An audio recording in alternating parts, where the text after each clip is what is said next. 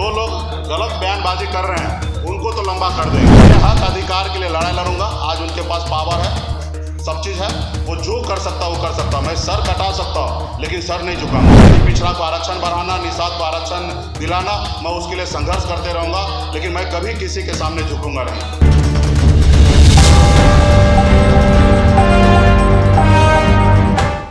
नमस्कार, आप देख रहे हैं DTV भारत। मैं हूं आपके साथ निषेध ठाकुर। वीआईपी सुप्रीमो और बिहार सरकार के पूर्व मंत्री मुकेश सहनी की सियासत इन दिनों खत्म होती हुई नज़र आ रही है। ऐसा हम इसलिए कह रहे हैं क्योंकि मुकेश सहनी को एक के बाद एक झटके मिल रहे हैं। पहले उत्तर प्रदेश चुनाव में भाजपा के खिलाफ उनको चुनाव लड़ना भारी पड़ा। उत्तर प्रदेश चुनाव में उनको हार मिला। बिहार में MLC चुनाव में गठबंधन में जगह नहीं मिली और बोचहा विधानसभा सीट पे जो उपचुनाव हो रहा है उसमें भी उनके कैंडिडेट के सामने बीजेपी ने अपना उम्मीदवार उतारा। और अब बिहार की सियासत में इसलिए हम कह रहे हैं कि मुकेश सहनी का रहना मुश्किल हो गया है क्योंकि अब उनका मंत्री पद भी उनके हाथ से जा चुका है।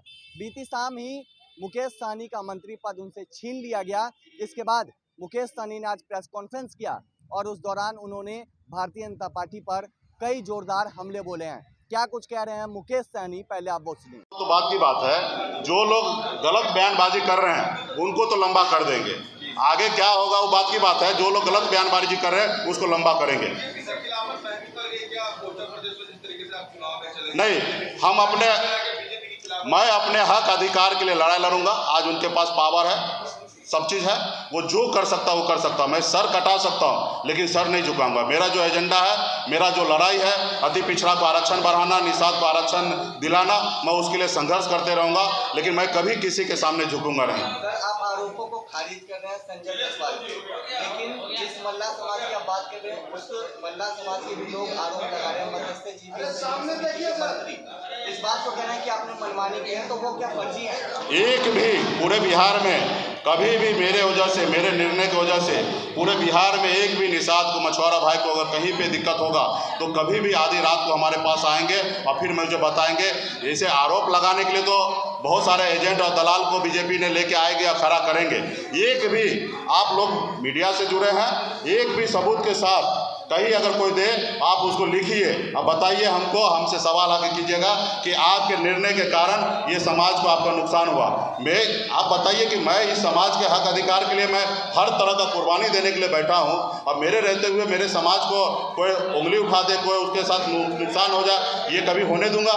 उन्हीं के सहयोग से, उन्हीं के दम पर मैं यहाँ पे पहुँचा हूँ। तो ये मुझे भी पता है। लोग आरोप लगाने के लिए तो सीता माता के ऊपर भी आरोप लगा दिए, उन्हें भी अग्नि परीक्षा देना पड़ा। एक धोबी ने उनके ऊपर भी आरोप लगाया, तो मेरे ऊपर भी आरोप लगेंगे, लेकिन मैं हमेशा अग्नि परीक्षा को मैं देते हुए मैं आगे बढ़ने का काम करूंगा। बीजेपी ने फर्जी लोगों को लाया था सर, तो निश्चित तौर पे फर्जी लोगों को लाया और अपने पार्टी के लोगों को लाया।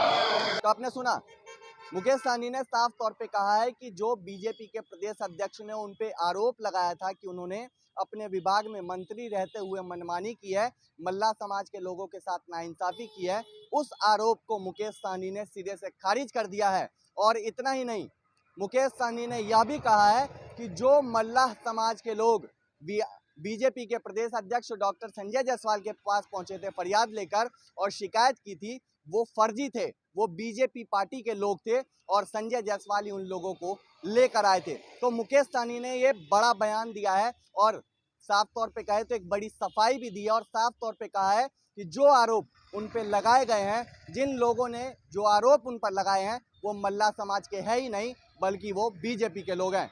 अब देखना होगा कि इस बयान के बाद बिहार की राजनीति में कितना उबाल आता है। फिलहाल इस खबर में इतना ही, और भी अपडेट हम आप तक पहुंचाएंगे। नमस्कार।